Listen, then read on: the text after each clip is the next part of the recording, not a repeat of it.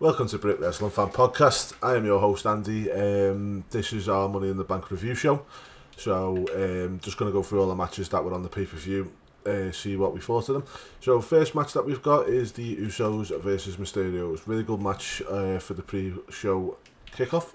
Usos don't have a bad match, is basically what I got to say, and they didn't disappoint anybody here either. Really good match. I thought Dominic was really good in this match. It just showed how much he's come on in the last 12 months or so, and I thought the finish was really, really good. Jimmy helping Jay get the pin sets up the storyline really nicely for Roman going forward, and also, don't think the Mysterios lose as much face as what they would have done with the way that he's done the thing. So, really solid match. Brilliant way to kick off the show. So, and a lot more fans there than what we expected. I thought, it's quite filling up at that point, but the fans were already there and ready for it. Wasn't too sure on the old graphics with the Mysterios, but didn't think it was bad, but didn't think it was good either. It was just kind of, yeah. Okay, so that was our first match. Then we went straight into the main show, and we had the Women's Money in the Bank ladder match. Thought really good match, solid match. Nothing spectacular for me. I thought, Nikki's dive off the top was probably the top for me. But apart from that, really solid match. All the spots that you'd expect in Money in the Bank, chasing the ladders, somebody dominating at first, which was Tamina at that point. Wasn't too sure on the whole Alexa Bliss with the man tricks kind of thing. And then the finish was really, really good. I thought the finish was really good. All the girls on the top of the ladders fighting it out, trying to get to the top, and Nikki just sneaks right in and she won and grabbed the briefcase. Not disappointed with the win, obviously Nick being a Brit, very happy with that from our own personal reasons, but I just feel like so if they do this right with her, she could do real good things with this, real good things. I've done some articles recently for WrestleBuddy.com. Go check them out, and one of the things that I stated in there was the Money in the Bank can be used as a platform for somebody to build, and I feel like this is the case with Nikki. I feel like either Nikki or Liv Morgan or Selena Vega even could have won this match, and with the right kind of writing they could build it correctly and make her a star. And I'm hoping for Nikki's case, because she's really talented, really, really good worker, and she deserves more than what she has been getting on the main roster. So fingers crossed, hopefully this is something that's going to start her off and give her the push that she deserves, really. Second match was AJ and Omos versus the Viking Raiders. Now, surprisingly, this was the match that I thought was not going to deliver, and it did. I know AJ Styles does deliver in the ring, but I wasn't too sure with Omos and obviously the mixture with the Viking Raiders, but they gelled really well, really, really well, and I think Omos is coming into his own, really starting to progress, and obviously that's a lot to do with AJ helping him out and stuff like that. So you can see the AJ Styles effect that it's having on him in them cases. No qualms with the finish. I'm hoping that when it does come time for AJ and Omos to lose them belts, it's going to be to RK Bro, because there's just such a great storyline there, and I'm hoping that they take that storyline on, and we see that at SummerSlam. I think it's probably the best way that we go. Okay, so our next match was Bobby Lashley versus Kofi Kingston. Now, for me, this is the way the Brock Lesnar match should have went. If you're going to take the belt off Kofi, absolutely fine, but, don't just beat him in a couple of seconds. Give him a bit of a chance, and I felt like this match worked really well because of that. I thought Bobby looked so strong in this match, and as much as Kofi got squashed, I think he comes out of this with respect because of the fact that he lasted for so long and took so many bumps in this match. So from a character perspective, I feel like Kofi comes out to this really, really well, and I'm hoping to see Kofi do some more good stuff on the main roster. Probably not in the title picture now, but mid-card, perfect, and who knows, Kofi could come again.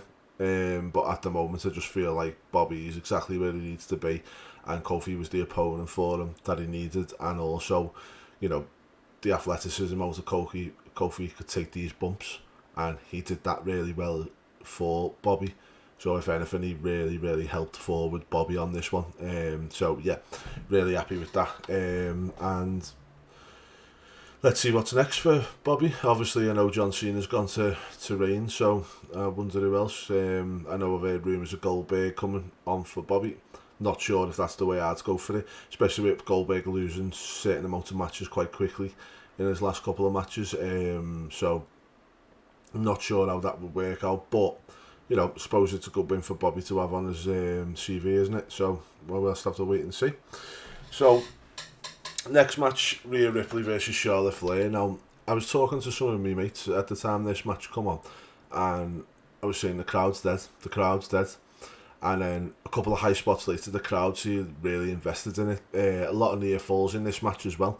And, you know, some moves, natural selections and top rope stuff. And there's a lot of action in this match. And as I say, with the near falls and quite a few high spots, I felt like the crowd grew into this match. And towards the end, they were really into it, which is, you know, a real shot in the arm for Charlotte and Rhea, the fact that they were able to do that. So for me, you know, very well done on that side of things.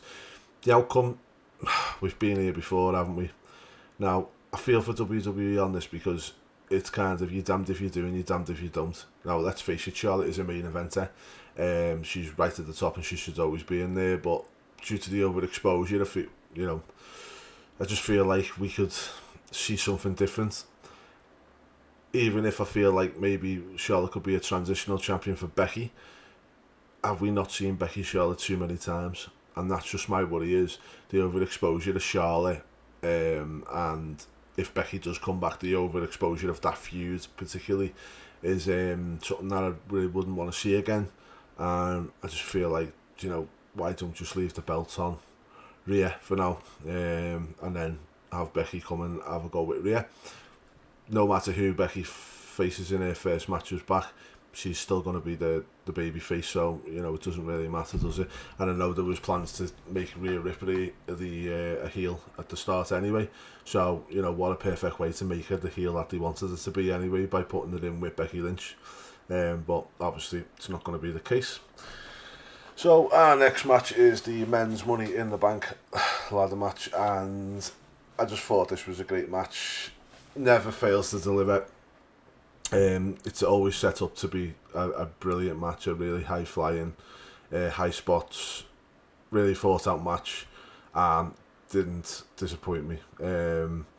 I loved Riddle on the entrances when he done his entrance, and then when Shinsuke was coming out and he's dancing away and stuff like that, it just really made me laugh, and I thought he'd done really well in this match. Ricochet, very well in this match, but obviously this match is made for him. I also thought John Morrison done well in this match again, though it's another person that this match is made for. I thought the spot where he squirted the dripstick on the top of the ladder was brilliant. But overall, you know, we got the win that we needed to get out of this, which was Big E. You know, it's been a long time coming for him. He's been doing very well, and he deserved everything that he got, you know. And again, I just hope that WWE book him well with it. Book him well, not just cash it in quite quickly, or you know, keep it for a long time. Let him ride that Money in the Bank wave, which to me is good enough anyway. There's no need to kind of pop it. I thought the placing on this match was a bit strange because, you know, for me personally, the Money in the Bank matches should take place before the championship matches. So the fact that Bobby Lashley's match took place before this was a bit of a head scratcher for me. You know, I think if you're worrying about popping that match before the having two championship matches in a row, why not put the women's Money in the Bank in between the two men championship matches?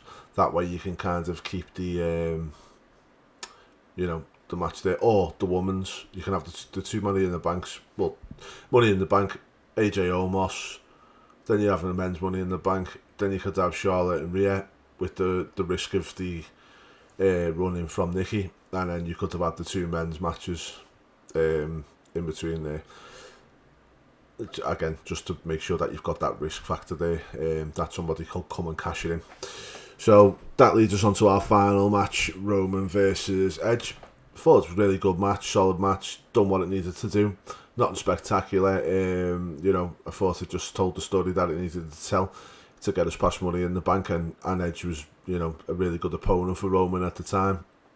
Didn't get beat cleanly in the triple threat at WrestleMania, so a credible opponent as well, which is really good.